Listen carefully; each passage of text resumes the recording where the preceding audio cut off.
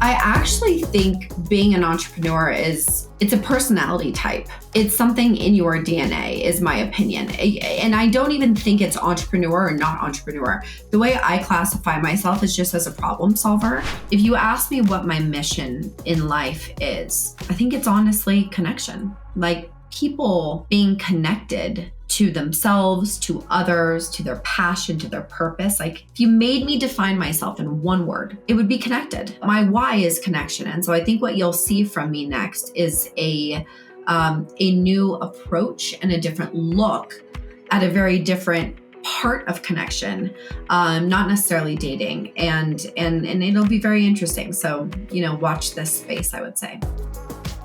Welcome to More to Say. I'm Amber Vinsbox, founder of the $2 billion creator commerce platform, LTK. I've spent the last 14 years pioneering the creator economy. And on this podcast, I'm giving you direct access to the knowledge and perspectives of some of today's most influential people. I want you to stay ahead of the curve, so pull up a seat because we are just getting started. Today on More to Say, I am so excited to have my friend Whitney Wolfe Herd. Whitney is the founder of Bumble, an app she created about 10 years ago. She absolutely changed the way that people thought about dating and about dating apps. This has been really a mainstay in our culture for so many years, and Whitney has been a female founder that has given so many of us something to look up to.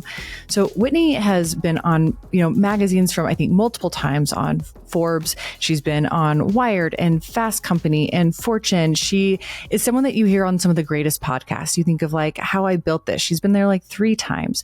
She's giving speeches at graduation. She's really doing all of the incredible things that you think of as like trophies on the wall that for so many of us could really signify to the rest of the world that you've had a tremendous level of success. Whitney has had over 100 million people download the Bumble app. She's someone who's really unique. Having a meeting with Whitney is not a typical sit down at a table or in front of a TV. She works very differently. She's a very unique personality type and has a tremendous amount of success. I've actually not known a female founder that's had what she's had. And so I'm so excited to have her here today. Whitney took Bumble public in her early 30s. And she was carrying a newborn baby on her hip while she did it. She is still the youngest ever female CEO to take a company public. She has so much to say. She's just stepped forward, as she would say, into her role as executive chair and out of the CEO seat. She's had a lot of life experience for her young age, and I am just thrilled for her generosity and how excited she was to come with you guys and share all that she's learned both in business and personally. And just a bit of background for you guys. Whitney and I actually went to school together at SMU. We were in the same social club. And after graduation, I launched a blog. I had a series called Girl of the Moment where every Tuesday I would pick a different person and feature them. I'd actually feature them for like a full month every single Tuesday. And when I asked to feature Whitney, she said yes. She caught my attention because she had this tote bag line that she had created with a celebrity stylist. And all the celebs were wearing it. Like this was a tote bag where the proceeds went to clean up the Gulf oil spill. This was 2010. And I remember seeing celebs wearing them like in Touch magazine and People magazine. And I knew of Whitney tangentially, but we were both kind of running our own paths and really focused on our own businesses at the time. And so she caught my eye when I started to see the work that she was doing. Of course, this was back in 2010. So this was many years before Bumble was born.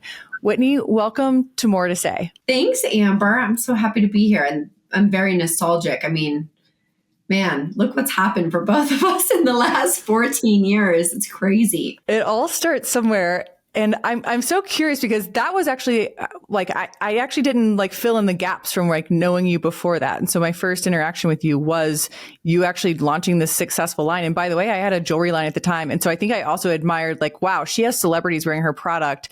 I've had a line in market for several years. And I know that like that is such a huge achievement. Do you think that you were always going to be an entrepreneur? Like were there things that existed even before that? Or was that the launch point? I think it's funny. I'm sure I'd be interested on your perspective here too. But when people talk about entrepreneurship and they're like, oh, did you always want to have a business? I actually think being an entrepreneur it's a personality type.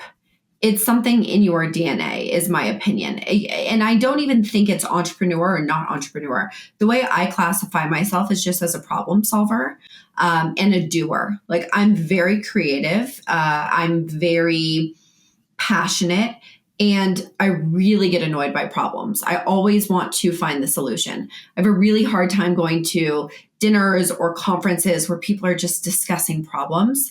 I'm like, okay, but what's the solution? How do we actually do something with this? And so I think that's just my constitution, and my DNA is just like make things happen. And so I don't think I ever woke up one morning and was like, I want to have a tote bag company, or I want to have a dating app. I think those were just manifestations of different problems I saw.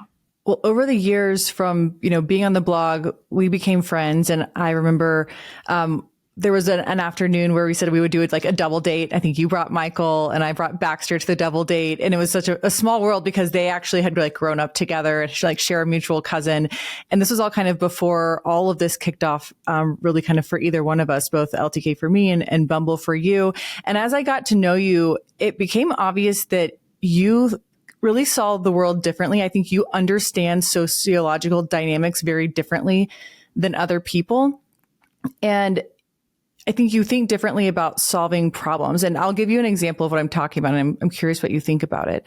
At that time, when you launched Bumble, my perception of dating apps was that they were new, of course. And then it was also something that you sort of like did privately. Like people were sort of sneaky about it, like what existed at the time. And so I remember you always had all of these great marketing tricks and tips, and were totally normalizing it. And I remember you gave me and Baxter like a sleeve of cups that had like a cute quippy saying on it that said Bumble. And we were proud to support you and carry them to the boulevard at SMU, like the football games and all of that kind of stuff. And at the time I remember thinking like, this is sort of weird, because I don't know, like, is this odd to be marketing this app? But like, I believe in Whitney and like whatever she's doing. And I credit you totally for normalizing it and actually making it super cool. Like people wanted Bumble sweatshirts and like Bumble swag, like they sought it out. Do you think that you have like a unique, I don't know, something in your DNA that helps you to understand that? Or what do you kind of credit to your approach? I think Bumble for me was never really a dating app. Yes, the product, the actual way the technology function was intended to match you to find dates. But the mission behind it and the inspiration behind it and the purpose of it, to me, was always so much bigger than a dating app. And I think where people sometimes get in their own way on marketing or on branding is they think they have to literally market the product, or they have to be so literal to what it does. And they don't have, they don't necessarily always think bigger than that. And so for me, Bumble was meant to be a movement, not just another app in the App Store. And it was meant to be a lifestyle brand. It was meant to be something that could inspire and empower women in every facet of their lives. Yes, the how originally was through this dating product, but the what was so much bigger, and the why was even so much bigger than that. And so the way I always thought about it was Bumble's going to be a movement for women. And if it's a movement for women, then we have permission to be on every cup and every koozie and every sweatshirt and everywhere at all times. And so that was the way I really thought about it. I wasn't like, oh, let's go market this dating app. It was really, let's go change the world with the way women perceive themselves, starting with dating. So I would say that's where it started. But I will say, Amber, I just love being here with you, and I'm really proud of you. And, you really are also so different. The way that you've thought and executed and shown up in the world. I just to share with your audience who they don't really get this perspective shared about you, because you're always the one, interviewing other people. But for everyone listening, I remember Amber as the woman that we all looked up to and said, wow, she's so amazing. She's so ambitious. She's so creative. You were always just making things happen. And you were always so ahead of your age and your time and the rest of us. It was like you were such an old soul and so capable and also so ambitious. I mean, that's something I really admire about you, is that you were never scared of your ambition. You owned it and you leaned into it, and you paired that with determination, but also a lot of hard work. That's something I've noticed about you over the years, is your work ethic it's unmatched. Your work ethic is really, really impressive. And for everyone listening, I mean, the way Amber balances her 4 children, a marriage, family, friends, also randomly always being able to have like a monogrammed cup for every single event that's ever happened. It's remarkable. I don't know how you do it. I think your podcast should be called More Hours in the Day, because you definitely have more hours in the day than the rest of us. Whit, I love you. I needed this today. Thank you so much. I'm coming off of like multiple weeks of just intensity. And we were just talking before the podcast about where we are. And I'm at my ranch right now, and Whitney is at her happy place right now. And it's like, it's such a, it's like the balance that I think we both need. And I do want to talk about kind of the emotional side of things, and like just the personal balance that, that I know that you've found and kind of been working towards as well. But thank you so much, Whitney. Like, it means so much. And I know that I'm not alone in looking at what you've done, the path that you've paved, and there's really no one like it. And for founders, it's not just, okay, she's on all of these magazines. She's been on, I think you've been on like How I Built This like 3 times now. You, of course, IPO'd, you've given these graduation speeches. Like, you've really tackled all of the huge things that are maybe, milestones or trophies in someone's life, and by such a young age. And so I know everyone's really enthusiastic about this episode. And by the way, listen to the end of the episode, because so many of you actually wrote in on the More to Say broadcast channel on my Instagram at Amber Vin's Box. And for, those of you who are part of that channel, I actually let you in on who this guest was going to be and let you ask questions. And so Whitney is so kind to stay on at the end and answer your questions.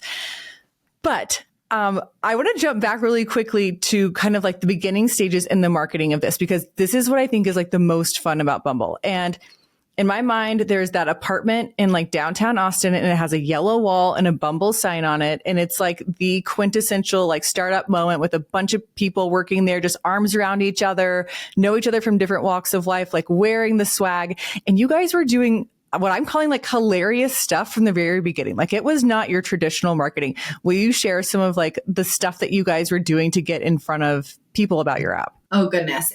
Yes, I would say it was definitely not traditional. We really thought out of the box. And, I've always felt that if you want to stand out, you just should never try to fit in. You just can't. And that should apply everywhere in life. Whenever you want to stand out, you have to say, okay, well, what's the opposite of that? That would be trying to do what everybody else is doing, right? And so when we were doing marketing, it was super important to me that we did things that no one would ever think would work or hadn't done before. So, like we went to Home Depot and bought megaphones and put Bumble stickers on them, and would drive up and down the streets of 6th Street and these streets that were super busy with bars. And we would scream through the megaphone at people to download Bumble. And then we would go into the bars and create bar tabs. And if you had Bumble on your phone, then you could get a free drink. And, it was just a lot of really creative stuff. We had a life-size honey bear made, like those honey bears from the diners growing up. And we had like a flower basket on it. And we put that out at South by Southwest, where most people do, very traditional marketing at these events. They do, some type of a pop-up or an event. We were just showing up in really creative ways. And it was always about really catching people's attention and leaving a positive imprint on them. So like at colleges, we'd have these kids, we'd order these life-size bee costumes, and we would have people go into, like college students that were our ambassadors for us, go into the libraries dressed as bees during finals week and hand out compliments or pens or little like pick-me-ups for finals week. So, it was just like really capturing not just the mind share of someone, but also the heart, right? Like with a compliment or something to lift them up. And the spirit of Bumble has always kind of had just that, a spirit, a personality. And I wanted it from the very first moment to have a tone of voice that people felt was kind and warm and creative and fun, and they felt like it was someone they knew. I wanted it to be like a friend. I wanted the brand to make you feel something, right? My brand crushes forever growing up were Disney and Apple and Nike, because these are brands that you close your eyes and you can feel them. And so, they're bigger than just the five senses. And I think that's really powerful. How did you come up with these? I don't know. They just came to me. No idea. So if anyone who spent time with Whitney will can vouch that like she'll be walking around doing any number of things and like just be talking out loud and like come up with this idea, and then it's like it's firing off to somebody, and then she's like on to the next, and there's people at her house for pizza, and then she's got a different idea and like firing it off, it's on to the next. Like your mind works, and you work very differently than a lot of other people. It's fun to be part of and watch. One of the most successful modern day things that you did was actually that be the CEO that your parents always wanted you to marry. That was a really fun one and absolutely went viral. Like what was like your favorite one? And then I'm also curious, were there any that like didn't work? Oh yeah. Oh, we just had a recent situation that shook me to my core, because, I've been so involved in every piece of marketing from the founding of the company. And I just very recently, moved into the role of executive chair, and we have a sensational CEO. She's amazing. But through the midst of onboarding and all the things that have been going on, some way, somehow, with really good intentions, this recent marketing campaign was meant to give women more choice over making the first move. Not taking the first move away, but saying you still make the first move, but with more agency, with more control, with more choice, with more opportunity, because we have this functionality now that lets you have like more control over how you make the first move, not if you make the first move. So it's basically making the first move, but simplified, but supercharged, but better. Some way, somehow, amongst the myriad of things that do happen in large businesses, this billboard made its way out into the world, and it was off. It was wrong. It was deeply offensive to a lot of folks, and it missed the mark. And it was a huge miss. And that's, I think it's powerful when a company can also own it and say, you know what, we messed up. And here's why we messed up. And here's what we're going to do about it. And then here's how we're going to prevent it in the future. So, being vulnerable, taking ownership, being genuine and authentic in that ownership, and doing the right thing. So, I think there's a big message there, is that all of us founders, all of us leaders, all of us humans, no matter what we're doing, we're going to mess up. We will. And it's really what you do when you mess up, and how you get back up and connect with your community when you mess up. So yeah, that was rough. And it was particularly hard for me because I was watching somewhat from the sidelines, if that makes any sense. But intimately involved and involved in the response and in the kind of the aftermath. And so that was challenging for me, because Bumble's always been, literally like on my desk right now, Amber, I just have Bumble stickers everywhere. Like it's my baby. So anyway, that's where it's gone wrong. And it's gone wrong in various other ways over the years, but you have to be brave and have the courage to just like try again and do right the next time. Where it's gone right a lot of times. We've had a lot of things that have caught fire, but yeah, I think to your point, the be the CEO your parents always wanted you to marry, that was a bold one. It was one that your traditional marketers would have disagreed with, because they're like, what does this have to do with a dating app? But it was, again, back to where I started with this whole thing, is you have to know what your why is, and you have to lead with your why. You can't lead with your how all the time. And so leading with your why, we should all be the CEO our parents told us to marry. Like, this is the new age. This is the new generation. And that doesn't mean you can't go and have a family, and you can't also, have this other side of your life, but you certainly shouldn't just not chase your dreams because of the way we were, told to be throughout, history. And for everyone listening, Whitney's referencing Simon Sinek, who is a business theorist, and he has a great book called Start With Why. He also has a podcast, Start With Why. I candidly love Simon. I have listened to his podcast episodes like over and over and over. Like there was a chapter of my life where like that was all that I needed in business. And so I can highly recommend top book for anyone in business. And I just think it's an interesting read, even if you're not. One of the things that you mentioned was, scaling the business and changes in the business as the business gets more, there's more expectations of the business. It becomes more mature. It's not just in its infancy. And so I found scaling to be one of the hardest things for almost the exact reason that you just mentioned, which is I candidly have a problem with wanting to, and the team here listening is like, yeah, that's true. Wanting to like approve and touch and make sure everything is at a 10 all the time. It's to my own emotional detriment, because then if everything that I'm doing is not at a 10, then I'm candidly like down about it.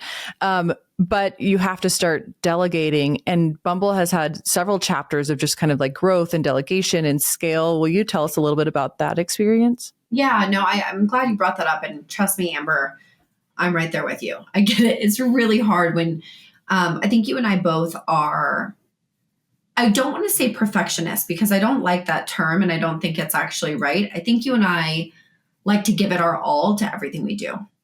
And we want to show up really, with our best work is my opinion. I might be wrong, but for me is like everything I do, I want to do it at 100. I don't want to do things halfway. I'd rather do nothing than do things halfway.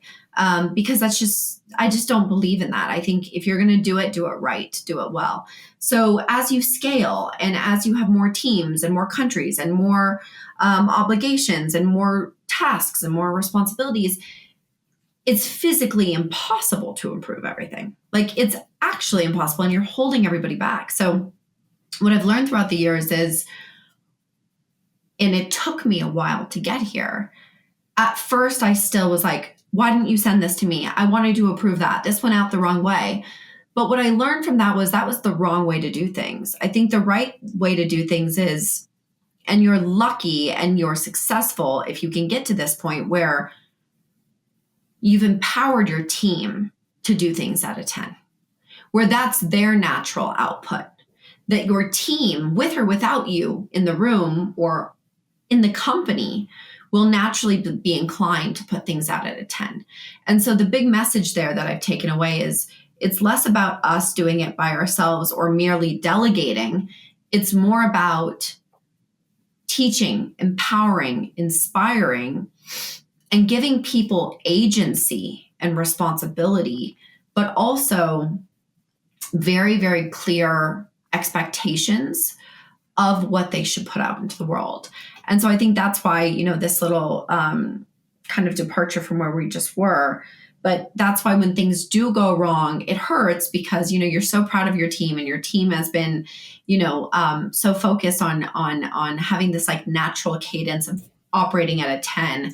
So when things do go out at a 2, it's hard for us, right? It's painful for us, but that's natural. And that's part of growing pains and it's part of scaling. I can think there's a book, actually, I want to say it's by John Doerr, but it's called The Messy Middle. And part of it, he talks about, kind of like the chapters of your business. And by the way, the cover of this book is perfect, which it kind of shows like a starting point and an ending point and just like a million scribbles in the middle. Because at least in my experience, that's sort of been what life is like. It's not just straight up and to the right, or life business rather. I can think about those specific chapters where you start with your generalist in the business and then you grow and you need to like improve the sophistication level. And then you grow again, and then you start bringing experts in. And then for a lot of businesses, then there's like bloat in the business, and then you kind of like resharpen and cool down. And that is a kind of a typical thing that happens. And then for you guys, you can point to specific chapters of, obviously there's the days that I'm talking about in like the Austin apartment with the yellow wall. And then, fast forward to, I can think of like magazine covers hitting like 2017 and like Whitney's everywhere. And you can think of then, I don't know what year it was that Blackstone, became a partner. And then of course, like with the IPO, are those in your mind sort of like specific definable chapters, or how did it flow? Yeah. I mean, I think, everything is just kind of, they're all stepping stones, right? They're all stepping stones. And it's going to sound crazy, but so much of this Bumble journey has just been led by intuition and just by kind of flow state, if that makes any sense. Like, so much of this has not been forced. So, starting Bumble, hard, but heads down, blinders on, and you just go and go and go, and then you hit this, you pass through this threshold, and boom, now you're on the cover of Forbes. And then you get through another threshold, now you're on the cover of Wired and Fast Company and Texas Monthly, and but I'm going and going with these blinders on, and those were never my tent poles. Those were never the things I was trying to get. And so, people would say to me, like, when I got on the cover of Forbes, like, oh my God, you're on the cover of Forbes. Like, you did it. I'm like, I didn't do it. That's just a byproduct of what I'm trying to do. Like, those things have never mattered to me, really. And they've been fun and they're cool, but the end state has always been the mission. And so, even the Blackstone thing or the IPO, like, it's never done. Bumble for me, and I said this when I was starting the company, this should outlive me. Literally, like, I want this company to live longer than me and to have an impact on the planet bigger than I can as one human. And so, when you think through all these different chapters, they kind of just merge into one for me. I don't know if that answered the question, but it's all very, it's just kind of all part of the bigger thing. Like you said, the scribbles, like, they're all just these big scribbles. Was there a moment in the last 10 years where you realized, like, it's going to work? Like, this is going to be big, like some unlock of a moment or a threshold or a metric or anything? It's interesting. People ask me that all the time. And I think the biggest unlock is still happening today. It's when I meet people that have had their lives transformed by the product. So it's funny. It's like the numbers are phenomenal. They've always been really strong and they continue to be strong. But that's not really the we made it point for me. The we made it point for me is when I meet the Bumble baby at the grocery store, or when I run into the woman who tragically lost her spouse and then, turned to Bumble and found someone that she was able to rebuild a life with, and then met all of her friends on Bumble. It's like, those are the things that I really live for. I think I've just been so mission driven this entire time that's the stuff that makes me go, wow, we made it. The weddings, the love stories, like, that's the stuff that really gets me. Okay, guys, taking a quick break to tell you what all the LTK team has been up to. They've just launched a new feature, which is one of my absolute favorites, and it is upload from social. So as a creator right now, historically, you would have had to go in through your phone book and look for all your great photos and everything you've been publishing to create your social media presence over the last many years. And that obviously takes a lot of time. So with social media upload, you can now go in and actually immediately import all of the content from your social media. So today it's on Instagram, coming soon with other channels. This makes your job as a creator super easy. So for new creators getting started on LTK, this makes it super turnkey to make sure all your best content is immediately available on your LTK for your followers. For those creators who are already on LTK, you can go back through and look, have you missed anything, or did you publish something to social media that you want to make sure is on your shop? This makes it super easy. I'm all about time-saving hacks, and this one is going to be absolutely a fan favorite. We're going to do another episode at some point just talking about investment. A ton of the questions that we got that we may or may not be able to get to today were about investments and investors, and depending on just speaking generally, depending on the dynamics of the investment. I was actually, when we raised our Series A, I was shocked by some of the offers that were put in front of us. When you start reading the fine print of what people, and this was not your experience, I'm speaking to mine, but what they actually own and control, even without owning the majority of the business, they basically can make every single decision about every single thing. And so without getting into nitty gritty of that, there's definitely a rich conversation to be had about the partnership and the dynamics in an investment environment that in some cases is totally necessary, and in some cases I think is like an industry all its own. So there's a lot to unpack there. We'll do a follow-up one on that. I think a lot of people would find a ton of value in it. Okay, there is an iconic video, photo, newspaper cover, like one of my favorite moments for you, which I know is just a moment on a graph, but was you holding your first child, ringing the bell at NASDAQ, and you're in the Austin Bumble office. It's all set up. There's like a huge party there. You're 31 years old. I am so curious leading into that. Like, what was your perception of what it was going to be like to IPO and be a public CEO? And then now, having lived the experience, has any of that perception changed? Oh gosh. So I tried to go into it with an open mind because truly no one can know until you go, right? This is who I am though. Like, I try not to overthink what could happen or what couldn't happen or what could go wrong. If I had been extra pragmatic, I could have sat and said, these are the 20 things that are going to be terrible about being a public company CEO. But the way I like to approach life is like, what could go right? Like I love to jump off the cliff with the idea of like, what if I land in the most majestic land ever, where most people I think are like, oh, what if I fall to my death? And I just don't operate like that. Like I really try, and this sounds cheesy, but I really try to lead with love. And I think love and trust are synonymous. And I think leading with fear, that's leading with all the things that are opposite to that. And so going into this IPO, listen, we were in the middle of a pandemic. I had a new child, my first baby. I was up all night trying to nurse my baby and be with my baby. And then I would have my first investor calls, sometimes as early as 4:30 at my time zone, because we were talking to investors around the world, 4:30 a.m. I was working, sometimes, gosh, I don't even know, but it felt like 24 hours a day. I mean, say I'd get on a Zoom at 4:30 a.m. some days, and I'd still have a Zoom going at 7 p.m. that night. So it was nonstop. And it basically took me down. So funny, like that day, if you were to just say it to the outside world, they would have said, wow, she's at the top of her mountain. But it was actually the darkest time in my life. I was completely depleted health-wise. I made myself sick, high blood pressure. I was having health challenges. I was having mental health challenges.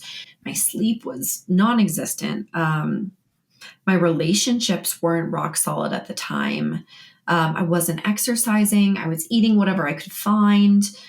It was bad. But yet there I was smiling, taking this company public in a yellow Stella McCartney suit, and the world was cheering me on, but I was like so emotionally poor. And so it was a really fascinating time. And I think through that, looking down the mountain, I was like, wow, this is not really what it's all about. It's not all about the acclaim and the titles and the net worth and those don't equate to self-worth, and those don't equate to happiness. And so I think it really sent me into my journey of being a public CEO in a very different way, because I was like, we have to lead with love. We still have to stay rooted in this mission. We can't lead with just ego and stalking the stock price and, worrying about, these things that are out of our control. And so if you really want to learn how to live in the moment and let go of things that are out of your control, you go public, because it is truly one of the most infuriating, confusing, frustrating things, where you might be doing everything right, but the world tells you you're doing everything wrong because they don't like what's happening with some number in the economic data that came out. It's fascinating. Imagine running your business like that every day, Amber, where some consensus number comes out about job reports and your stock goes down 30% for no reason. I mean, it's fascinating. So you have to disassociate to some degree. Totally unplug. I'm curious how all of that changed your perspective on work-life balance, and like, what does that mean for you now? What are you doing differently, or what was the steps in your journey to kind of find health again? So I do think you have to hit rock bottom to sometimes realize you're there. I think you can live in a state of, it's kind of like driving in your car on low gas. You'll get used to that and you'll just stay at low gas. You have to like run out of gas on the side of the road and have to hike 5 miles in the heat to realize, oh shit, I probably should not run on empty anymore.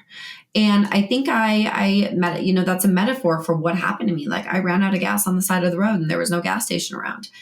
And so it forced me to fill my tank. And the ways I've filled my tank are, I would say, first and foremost, finding spirituality, connecting with a higher force, connecting within, finding a connection to myself internally, not just externally from a stock price or a magazine cover or a an invite to some stupid conference. And I meditate every day. I do TM. It changed my life. I really try to prioritize working out. I think you've also made a huge, commitment to health and to, feeling good. I think we have to protect our bodies first before we protect our companies. And so I think I've totally changed everything on this front. So I'm in the best place I've been on a personal level, maybe ever, which I'm proud of. It took a lot of work. One of the things that both of us have, I guess, maybe used as a tool is where we live or where we're spending time. And I know since I've known you, I think I was counting up, 5 states that you've spent like a meaningful amount of time to or moved to. Like, what does place mean to you and how do you choose that? Well, I'm curious to hear your response on this too, but place to me is defined by 3 or 4 things. Number 1 is nature. A connection to nature for me is the most important thing. That is my way of connecting to source, higher power, universe, energy, whatever you want to call it, God. For some people, it manifests in religion. For some people, it manifests more spiritually. Nature is so important, and safety, feeling safe, because I feel unsafe all day long in my work life. Like, there's always a fire breaking out, or there's always something that you just like can't even expect. And so safety, and then also, going inward and connecting with my family, like time alone with my family, giving my children, as much attention, time, and energy as I can, spending time with my husband, and then being able to connect with myself, whether that means exercising or meditation. So that's what place and home means to me. But I'd be curious to hear if it means the same thing to you. I identify with and nodding my head to almost everything that you've said, because I think a lot of my listeners know that about a year ago, I decided it was time to make a change for really like my personal health, for the health of my family, like the way I wanted to be spending my time. And so we moved from Dallas, where Baxter and I have grown up and built our businesses, and we moved about 8.5 hours away. And so we moved far west Texas in the mountains. And the trigger for me was we had been spending a lot of time actually out this way since 2017 and various kind of parts of this part of the state. And we had gotten a place here. And like I said, it's in the mountains. When you drive in, it just, like, the first time we drove in, I actually started crying. Before we even bought the property, I just started crying. And Baxter was like, we haven't even seen the house yet. And I was like, this just feels right. Like, I don't know what to tell you. Like, this is it. And it's part of it is that God is so visible to me here. And it's just like, you can't ignore everything around, like where I am. It's literally God's creation. And it reminds me like how small I am. And I think I've heard you even share this too, of like, it really gives you a much more eternal perspective. It helps you to like, place your own issues, your own challenges, and just be rooted more deeply in reality. I find when you're in the city, there's so many wonderful things about it. So much talent that's there, so much entertainment. But it's all man-made, and increasingly like the ground is cement, the buildings are man-made. Like you can't see anything that's like God's creation, right? And even like the deep disconnect from like our food sources even makes it to where it just feels like very human driven.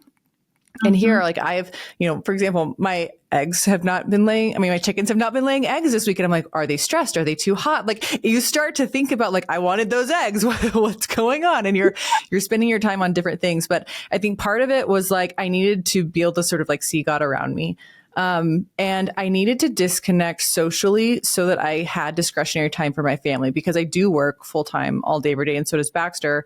And then often there are work commitments or social commitments, and we love our friends, we love our family, and they're all there, but it's always someone's birthday. It's always somebody's like, event or something to go celebrate, or there's a client in town, or it just never ends. And I started looking at our calendar, and I was like, there is not only not a night for a date night, but there is like no moment for myself. And so I just felt like our only option was to disconnect. And it's been a wonderful, beautiful thing for us. And I still work all day, every day, right here at my computer. But when the workday is over, like my kids and I like walk around and go on hikes. And I feel like I'm getting so much more out of and with them. And I feel like I'm being more influential to them.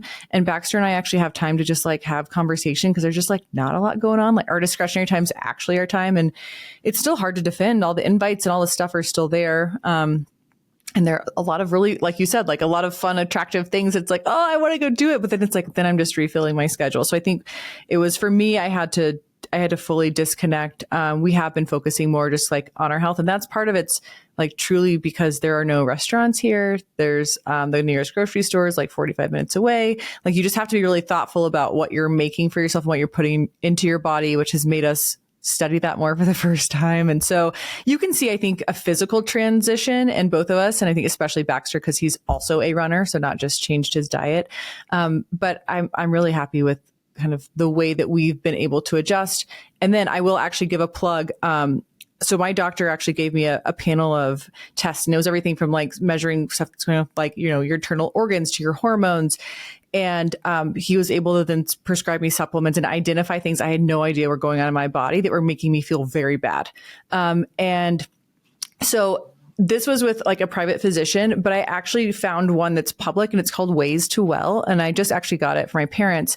So you do a blood test anywhere, and they come back and they do like a 45-minute readout with you. And then they'll also recommend any sort of, for me, I was able to handle what was going on with my body naturally with supplements.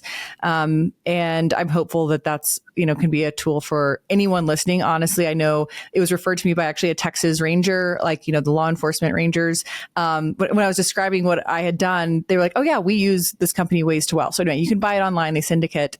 And that was actually hugely transformational. Both Baxter and I, when we either like forget to take it or we didn't bring our medicine on vacation, like we feel totally different. Wow. That's really interesting. I'll have to check that out. Yeah, no, I mean, listen, health is so important. And when you grind yourself in your 20s, like we did, your 30s, you're like, wait a second, you just can't. And I think, you know, I think that's amazing what you've done, Amber. And it is funny, like Amber and I literally have known each other since we were I was 18 or 19. And so I'm really, really proud of the life you've built, and to see that you've been able to say, like, I'm in a concrete jungle here. And yes, it's amazing and it's providing me all these opportunities, but like, I need to feel connected. Right? For you, that's saying to feel God's creations or to feel close to God. For some people, it might be able to say, you know, the source, whatever you want to call it, God energy. You know, everyone has their own version of what that means. But at the end of the day, it's all the same thing, right? Like it is connection to land, nature, energy, the bigger thing, the more important thing. And so I love that you and I are both kind of like, at these intersections of our careers, where I would say like you've achieved more than any of us can even put into words. And I'm so proud of you and I'm so inspired by you. But the thing that inspires me the most is the way that you've led with your soul and your heart and not your ego. And we all have that choice. You know, we can all be guided exclusively by ego. And to make the decisions you've made with your family is like, you're such a heart leader. And I'm really happy for you guys. And I'm coming to visit. It sounds amazing. Please come out. And I guess I have one more question for you, which is just like, what does this next chapter look like for you? Like for you, your family, obviously your husband, Michael, who's wonderful, deserves an episode all his own, and your two beautiful boys. Well, first of all, we have to get the whole family together, both of our families. We need to reunite. But, you know, I think I've been in a downshift. So before I shift gears into my next thing, which there will be a next thing, there's always going to be a next thing for me and for you. Like, that's just who we are. Like, I'm a builder. I can't sit still. But I've been downshifting because I've been going at, 150 miles an hour for a decade. And I'm now slowing the car down. And I'm a firm believer that you can't go from 100 to 0, just like you can't go from 0 to 100, right? And so I think you'll crash in either direction. So I've been trying to slow it down step by step on a normal cadence and rhythm, where I don't go from being the CEO to like, sitting in the woods meditating all day long. That's not normal. Like, even change should be moderated. And so it's been this like slow down shift. So I'm still deeply involved with Bumble. Absolutely adore our CEO. I think she's phenomenal. She's such an impressive woman, and I'm so incredibly honored that, our stars, aligned and we came together to take on this next chapter. And then, spending really good, I'd say, making up for lost time, of those little sweet moments that I missed with my kids over the last few years. So taking that all in and staring at the curls in their hair and watching them pick flowers and just being in the moment. And it's interesting, like, I think for the first time, I'm getting to live life through their eyes versus live life through, like, I'm stressed, I have to get to a Zoom, I got to get on a call. Like, it's been missing the moment because I'm panicked about the next moment that I might be missing or not, showing up for. So just enjoying the moment. And then I'll start something new, and I'll probably do it sooner than later. I've got ideas. So they're percolating. And I think the next thing will be really special. So I'll fill you in down the road. Well, you guys stay tuned for the end of this episode because there's some great audience questions that pertain to just that. And last thing here as we wrap, I heard there's a movie coming out about you. I'm not involved. You know as much as I know, but if there's silver lining, Lily James is an amazing actress and she's hyper magical and beautiful. And so, I mean, listen, I don't know what they're doing. I've heard through the grapevine, like everybody else, I heard rumblings of it, and then it came out in the news. And then I saw photos of her in a Bumble sweater on the news, and I was like, oh my gosh, this is real. So I'm just closing my eyes and hoping for the best and just saying, thank you for choosing Lily James, whoever out there in the world. You let me know how it is. I'm going to close my eyes. I'm scared. This is awesome. Do you know when it's coming out? Like when we should be looking for this? I guess next year. It's going to be on Hulu, apparently, is what the articles said. I guess it's inspired by Bumble and my story, but obviously they don't have access to the real story. So I'm assuming they're just going to do like what a lot of these shows do, where they just they take bits and pieces from the internet articles and stuff and dramatize it. So we'll see. Well, I cannot wait to watch. Okay, Amber, it is time to get into your hot takes. You guys had such an incredible conversation today, you and Whitney. And something that you both have in common is you're both female founders. And I'd love to get into your POV and what you've learned, the biggest lesson you've learned in your time as a founder so far. I'll tell you one of mine and then one of Whitney's that she talks about today. Mine is really all around delegation. I had businesses before LTK that ultimately didn't work or didn't get to a scale to where I could continue them on, or they didn't, they hadn't reached the level of revenue that I wanted and expected for the lifestyle that I wanted to have. And really the problem was I didn't know how to delegate. But Whitney and I both, she talks in a minute about really, us not necessarily being perfectionists, but like us always expecting the highest level performance out of ourselves. Like we know what we're capable of. And so we don't want to do anything less than what we're capable of. And that is very much my most recent business before LTK was a jewelry business. And that was very much the way that I treated it.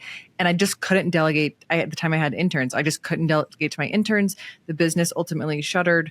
I think about with LTK, a mentor once told me, if someone can do something 80% as well as you, let them do that thing. And she said her personal rule was actually 70%. I think that's just a helpful tool for people to think about. Like, it's okay. When you look at people who are doing a million different things, they're delegating. Like they have body doubles. I can definitely say I do. And by the way, they're not doing it 80% as well as me. They're actually doing it 200% better than I could do it. And that's obviously where you're aiming. But in those early stages of just like delegation, if you can find someone who can do it within that 70-80% range, then that's going to get you leverage to get to a point where you can hire the person who's going to do it multiple times better than you. So that's from my end. Whitney talks about finding your super fans, and she's really passionate about that. I've seen her with any business that she's had her hands on. She's helping them to find their super fans. I mean, doing all sorts of like crazy radical stuff. Like she's not online just like buying a display ad and like sticking it in front of them. Like she is pursuing these specific people actively. I think she's been obviously hyper successful, and she talks about kind of her network and her connections. She definitely has built that. There was a podcast she was on recently where she talked about her version of networking. And she talked about for her, networking is giving into the relationship and then being direct if there's an ask in the future, but never giving with the expectation of them giving back. And I think that's actually something all of us need to hear. While it wasn't on this podcast, it now is, I guess, pulled it forward from her other interview. I just thought that was a great way to think about it, because networking isn't just like, hi, my name's Amber, can I have your time? It's really actually building a relationship is where it's valuable. So I thought that that was a great one that she brought to the table today. That's great. And to talk about networking a bit, what is your best tip for young professionals or just professionals in general who are looking to network and make connections and doing it in an organic way that makes sense? So I have an interesting relationship with networking. I would say Whitney's, I totally subscribe to. I think that to be in a relationship with someone, if you're going to make this like really practical, it's like you're making deposits in any relationship. You're like making deposits so that you can then at some point make a debit, right? And so for her, I think that that is like, that's a great way to describe it, is building a relationship is doing a lot of things for someone without expecting anything. And then when you do need something, being direct about the thing that you need. For me, I think that I was sort of confused by networking in my early years, because I actually thought that I needed approval of like the existing infrastructure. Like for me, I'm paying in the fashion universe. And so I wanted that, traditional historical like legacy industry to be accepting of our creators and of our business. And I also on the media side thought that I need to be like in relationship with the media and the advertising. And there's so many places where we intersect. And I spent candidly so much time trying to seek approval and acceptance for our body of clients in those communities. And they were never going to be accepting. And so it didn't matter who I met or how much time I spent with them. I mean, I remember being in Paris one day, spending 5 hours at a lunch with a luxury brand and building, in my mind, I'm like, this is relationship building, right? And then at the end of the thing, they're like, oh, we don't invest in digital. We don't want people going to our website. And I was like, what did we just do here? We just spent all day. And like, I'm thinking about these days and these hours and like setting up these collaborative partnerships, and it means nothing. And what I found recently, and I have to give someone else credit for this quote, and it said it's all about performance. Once you have performance and you have created value, your network just shows up. So I caution people about the networking piece, because I'm like, if you think that going and getting someone's business card is networking, it is in fact not. But if you have a valuable service that you provide, then like that gets you in more doors by just being the best than just knowing a lot of people. And candidly, I genuinely had in my office a stack, I swear it could build a wall of all the cards, because when we started the business, people literally had business cards. And I just I kept them because I thought someday I was going to need that person, or I was going to, meet whatever. I finally trashed them as a dumpster fire. Like that was it is the perfect visualization of the tremendous waste of time that people spend, quote, networking. Reallocate that to making yourself better, making your business better, spend some more time with your kids, your family, your spouses, call your grandma, do something else. Great advice. And definitely different from what we hear out there. I think it's really, really interesting. Now, I want to caveat really quickly, because that is networking. Relationship building is really what Whitney talked about. And I think about that as reputation building. So reputation building is really important. And you do that with your interactions with people every day. It's your coworkers, it's your clients. It's literally, are you the person who smiles and says thank you and asks the woman who's checking you out at the grocery store like how her week was? Or, it's engaging. Like that is reputation, that's integrity, and that matters. And that carries with you from like literally the time you're in elementary school. Like I am shocked at the amount of people that I crossed paths with that I knew from literally my childhood, and what they thought about me carries through as an adult. And so I don't want this to be confused. What I mean with networking is networking. I have never met a single person who has made my business tremendously better, worth me spending that amount of time. So like on a quote networking event, but making sure that I am high integrity, that I am a great human, that my business delivers for people. There is no time wasted there. And that's what gets you past the networking hump and into the right circles that you want to be in to begin with. Yeah. And what really stands out here is what you mentioned about like letting your work almost do the networking for you, right? If you show up in that positive way and you do a really great job, your network kind of forms because of your reputation. So I think that'll really resonate with a lot of people. Now let's spice things up a little bit. You know, we love to do this and ask you your opinion on summer reality TV season. So summer reality TV is really spicing up, and it really ties into your conversation with Whitney today, having to do with finding love and the Bumble connection. So my question for you is, would you ever go on a reality TV show? Are you into reality TV at all? What's your take? So I've actually been on a reality TV show, not as a core character or anything like that. But funny enough, the founding of our business. So I had a jewelry line, and we had also just started LTK, like really deep infancy. I'm talking like way back in the day, barely a platform. And I was still selling my jewelry. I was still styling people. And I was introduced to Courtney Kerr, who was going to be on a Bravo show, and it was called Most Eligible Dallas. And she was interested in wearing some of my jewelry on the show. So I was super excited. My jewelry is going to be on Bravo. And then as I'm like looking at her wardrobe, what she's wearing, I was like, I think I can help you with your wardrobe. And we actually also became friends. Like, she was so much fun. And I ended up dressing her for the entire season. And that was, a lot of fun to see like my work on screen. And I told her the whole time that we were filming this show, I was like, Courtney, you have to launch a blog, because this show is going to air. Everyone's going to want to know exactly what you have on. And selfishly, as a brand, I want them to know what you have on, because they can in fact buy all of these things. They can buy the jewelry from me and the clothing from everywhere else. And so it was like night before that the show aired. And I was like, Courtney, did you launch the blog? Like, is this going live? And she was like, I don't have a computer. I don't get the blog thing. I'm not going to launch the blog. And so I was like, okay, I'm going to launch you a blog. And here's the partnership. You promote it on Twitter, which was like the key social platform at the time. Mm-hmm. You tell everyone on Twitter all through this show that they can get all of your looks on this website. I am going to take pictures of the TV screen and upload those pictures of the TV screen and tag every single thing that you're wearing. And we're going to split the revenue until you decide that you're going to take it over, and then you can have it. But until then, we're 50-50 split on all the money made on the blog. So the show launches, everyone wants her outfits. Fashion becomes like the key character. Courtney actually gets a spinoff about like her fashion. So it's truly a key piece of the show. She buys a computer. I teach her how to make a blog, and she launches. Today, Courtney is a highly successful influencer. She is doing fabulously. I love her so much. I was actually just texting with her right before we started. And I share that for many reasons. A lot of people, whether you're on a reality show or you have some other 15 seconds of fame, it could even literally be you have a great TikTok. Your video goes viral. Like, what do you do with that fame? And the key point of the story here, and why I'm going so deep on it, is you have to be prepared to capture it. So in Courtney's case, we had the website set up. So we were prepared to capture it. And then we carried that, by the way, Courtney hasn't been on a Bravo show in like over a decade, but her audience is bigger than ever. She kept them, she nurtured them, she grew them, and they still love her, and she's still entertaining them just on her own terms. And that's the same thing for anyone starting today, like looking for their key moment, their thing to hit on Instagram, on YouTube, on TikTok, like name your platform. You have to have a home base to bring them to so that you have a business after this moment passes. So I was actually on that Bravo show, as her stylist, as a very passive character.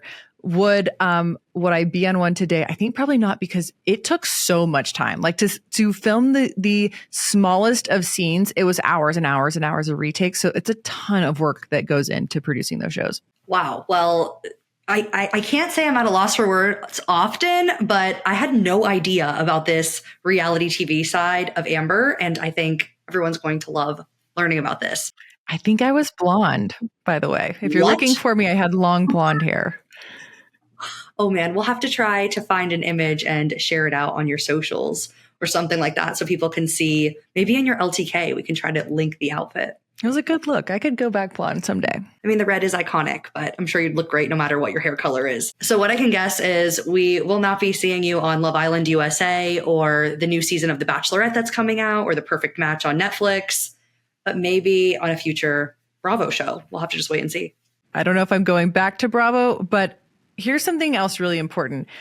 People want like what the characters are wearing on these shows. Like they're deeply obsessed with this.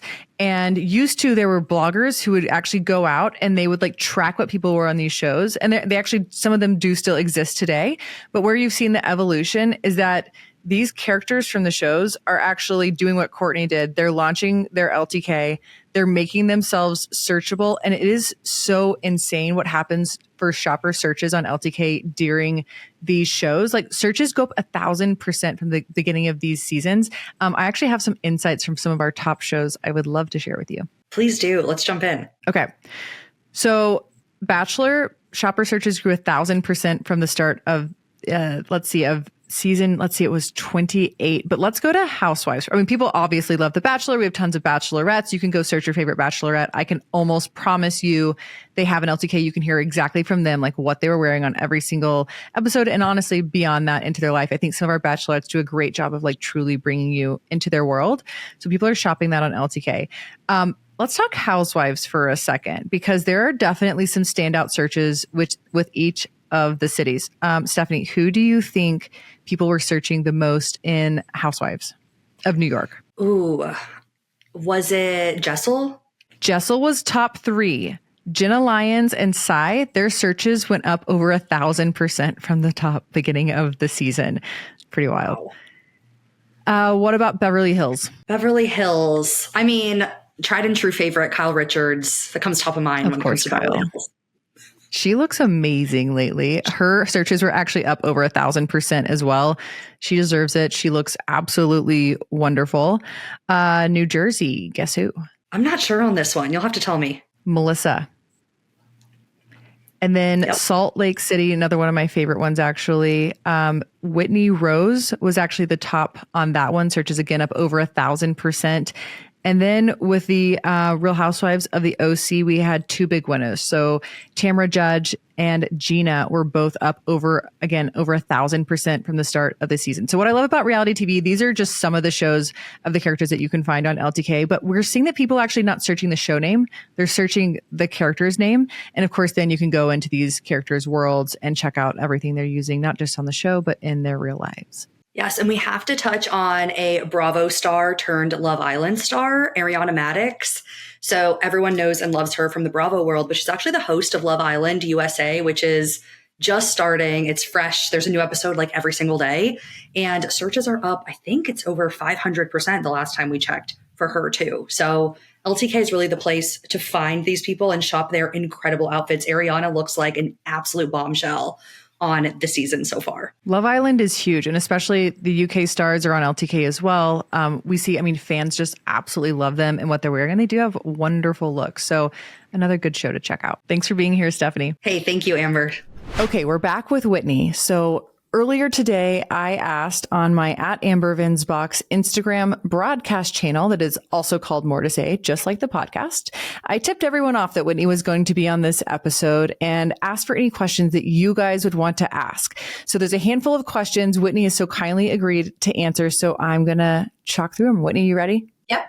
Okay. Hi. Would love to hear Whitney's advice for getting the word out about your venture, your product, your service, organic, paid. What's worked for Bumble and her ventures? So I'll keep this one short and sweet. I would say handpick your first, call it 20 to 50 dream customers, and then organically get them to fall in love with you. If you have to send them your product with beautiful handwritten notes, or you have to show up at their door singing and dancing with balloons, that might be a little creepy, but you get where I'm going with this. I think it's so important to focus first on building deep and sincere loyalty from a handful of customers, and make them your super fans and make them, die hard for you and your vision and what you're doing, and then worry about the scale. I think scale is secondary. I think loyalty and depth and penetration with a core group is so much more important than just blasting the word out there. So I would focus on fewer, better, higher quality, more loyal, before you worry about the rest of it. Great advice. Okay, next question. Hi, Whitney. I'd actually love to know from either one of you about investing. How does someone new to it get in, and how do they navigate as time goes on? When to add, make a move? It's daunting, and I don't want to miss a step. Thank you. You want to take this first, Amber? Well, I'm going to assume that this reader is talking about, or this kind of community member is talking about actually investing in other businesses. And I guess I'll take the approach there that I found successful in my career, which was work on every side of the business that you're passionate about. So for me, I knew I wanted to work in the fashion industry. And so I was trained in PR. I went and worked in LA as a celebrity stylist, like assisting that group. I went to New York and I worked, wholesale for kind of like a Vogue Darling brand. I worked at a retail store all through college, and then beyond, I became a buyer. I had a jewelry line. I had a blog, like name your thing. I've done it all. So I felt like when I launched LTK, I was prepared to understand what all sides wanted. And so I knew how to talk to everybody, and I could actually create something that they would want. And so if you apply that same philosophy to investing, I would say figure out what your interest is and what you're going to be investing in, and then figure out how to learn about and like truly become a savant on all sides of the industry. That might feel like a slow down to speed up, but you have to know what you're talking about, who you're talking to, and have experience in that area.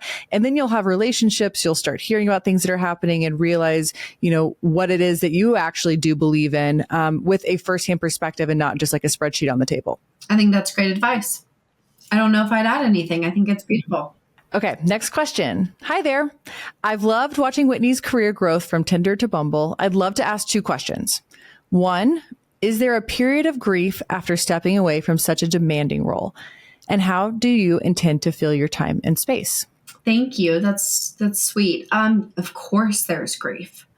But what's interesting about grief is it's so multifaceted. It can take you down so many different paths. You can go down the path of I'm missing something, or I want to go back to this. And then you can go down the path of, shoot, why didn't I do this differently?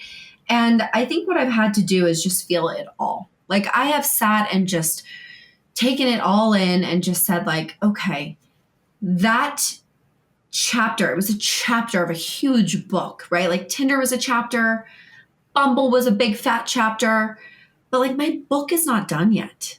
And when you read a chapter and you live through a chapter, like, in my mind, it's going to be there forever. It's not over. It's just stored away in my memory and in my story. And I really do believe that like it's healthy to grieve. You have to grieve. I think you have to feel things. You can't just like move on from them. I think that's unhealthy, and that leads you to collapse later in life, where you just like realize you've shoved stuff into a drawer and it's sitting there, and it'll come back to haunt you. So yes, there's been a lot of grief. I think the last 6 months has been a huge emotional awakening and personal awakening for me, because you also get to sit still with yourself for the first time in so long. And you're like, whoa, who am I without that? Who am I without this? And it's fascinating also to watch like the people that used to chase you and invite you and include you because you had this like title, and then watch that shift, so it's fascinating to watch all the tides turn. But I think, you just have to appreciate every single chapter. I'm assuming it's like motherhood. You grieve your babies when they grow into toddlers. And now, Amber, you're with like kids. I'm sure you grieve the toddler years, but you're also loving this new chapter. And so you have to like let it all exist in one big heart. Her second part of the question was, she's driven connection-based services. Does she feel this is her niche? Are there other industries she dreams about making a meaningful impact on? So I think she said a very important word, which is connection.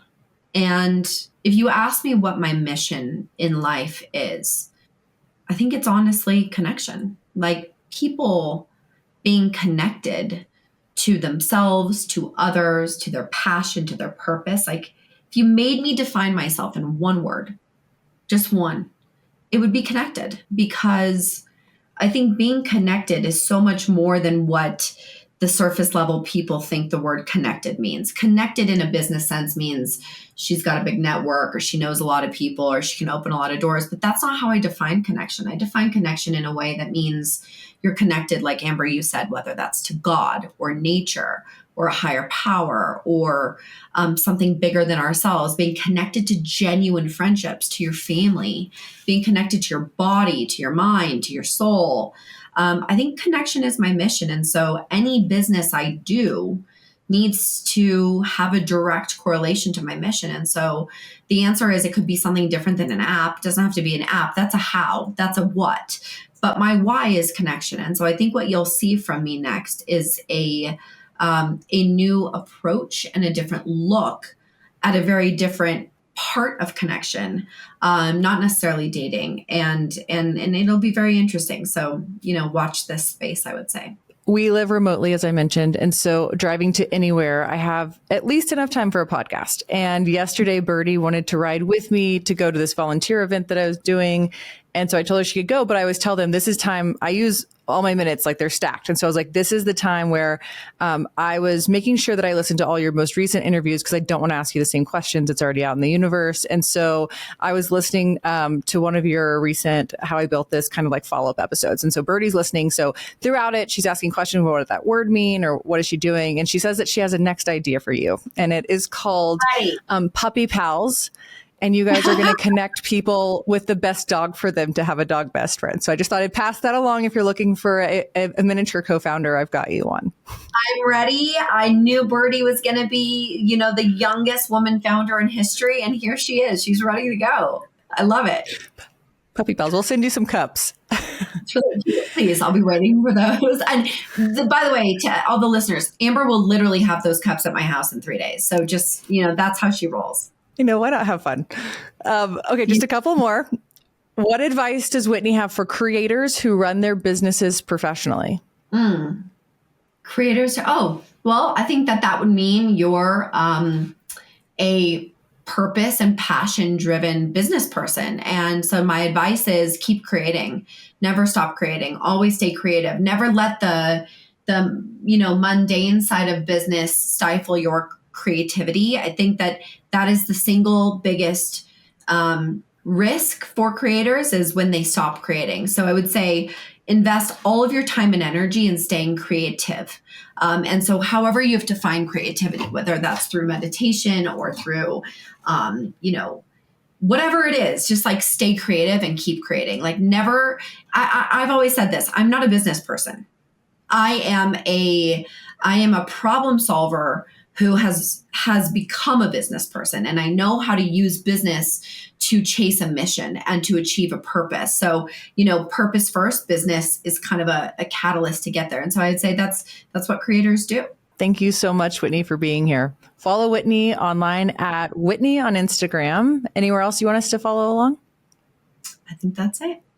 Amber, you're the best. Thank you for having me. Congrats on everything. Whitney, you continue to, achieve new things and then give us all something to shoot for. Thank you so much for being so generous with your time and for sharing all of this and just being so candid and so vulnerable. You have been that force really driving culture in so many ways over the last decade. And I'm really excited for what's to come. So thank you for being here. Thanks, Amber. Thank you so much.